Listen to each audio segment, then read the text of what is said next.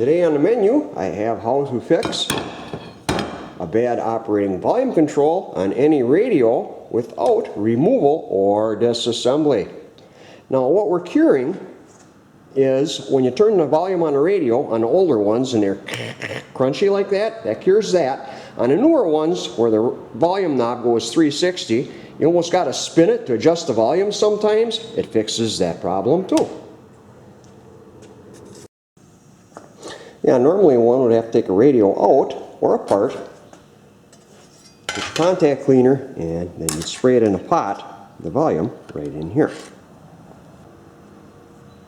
Let me give you a little breakdown what's going on here so you fully understand. What I did, I made some adapters up that go onto the cans, and what you do is you put these onto the pot, you get them real tight, and then you burp the can a couple times, and the cleaner will go in past the shaft and the housing here to get inside the pot. So you don't have to take anything apart, and it takes less than 1 minute. Now one more final look at this here so you get your best results. Whenever you put your hose on to the unit you're servicing, make sure you get it on to the housing for the pot as far as you can. That way that high pressure fluid can get past the shaft here and into the pot for great results. Now, rumor has it, probably a lot of you folks don't have a can of contact cleaner laying on your shelf. Bet you got some of this. So what I've done is I've made up a little adapter. I'll show you at the end of the video how this is made, and it fits right into your can of WD-40. And this works real good too for cleaning the pots. Now I thought I'd give you a demo on the car here. Unfortunately, I bought this car a year ago and the radio had the problem where you had to literally spin the volume to turn it up or down. And that's what we're going to be correcting here. Now I'll start with putting some safety glasses on for this deal here. Ain't a bad idea. But leave the radio off and take the knob off. Grab your cleaner and hold that hose real tight and a little bit upward to the 12 o'clock position. Give it a quick burp. 3 o'clock, 6, 9,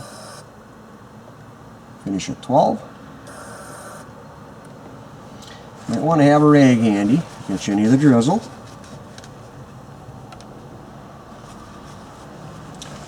Then spin the shaft a whole bunch.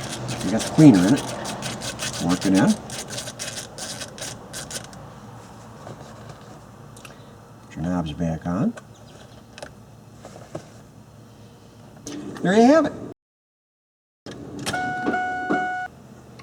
Lunchtime.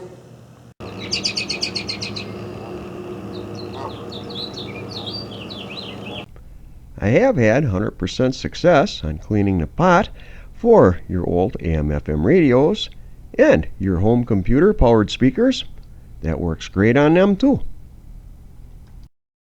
Here's a quick tip for you. Some of you might remember years ago on stereos when they had them nicely knurled knobs. If you'd like to make your own, I'll show you how. Take some Velcro strips, cut them in half, and install it on the knobs. And here you have it. This stereo too had that problem a while back. Somebody come in and want to talk to you. You couldn't turn the volume down. You have to literally spin the knob like this. Not good. You know what I mean there, Vern? Now, for you to be able to make one of these, if you don't solder and stuff, this is probably your easiest alternative. What I have here, a little layer of electrical tape makes a better seal for this smaller hose. Now, the smaller hose here is called wet arm wiper tubing. There's your part number. Comes in a bubble pack. The other larger hose here is 1/4 inch vacuum hose, and these are 1.5 inch. Now this would be some kind of a window wash tee or a vacuum tee. Sorry, I don't have a part number for this, but a good guy in a parts counter, he could probably help you out to get something. Now, if you'd like to make one of these copper adapters, I'll show you what I got here.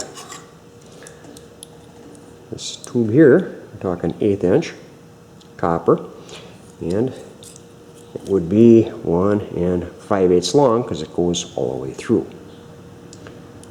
The 1/4 inch copper, which is here, that's about 3/4 long.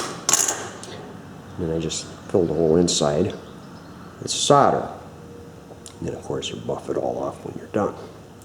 Now I just used a piece that I had laying around when I originally made this with the collar on here, because this will help keep the rubber hose from popping off.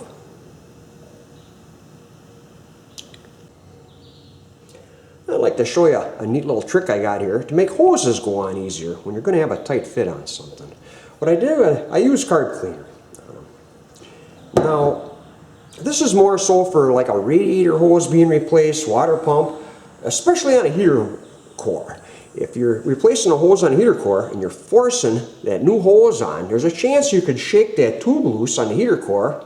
You'd have to replace it. Nobody likes doing heater cores. So here's a cool little tip for you. If you're ever worried about having to get a hose on, take a card cleaner, and I just gave it a shot inside the tube here.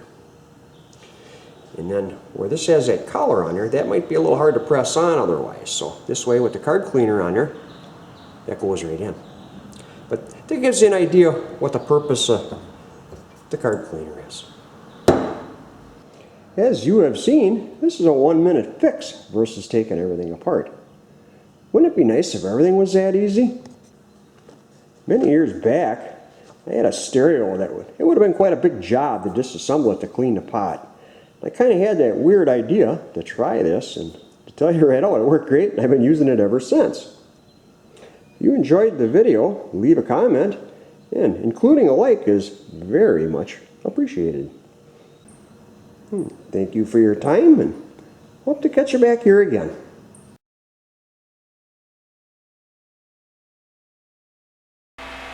Hey, is that a beta or a VHS, man? Hey man, quit talking while we're filming. See the hole in the side of the barn? They blew that in there this morning.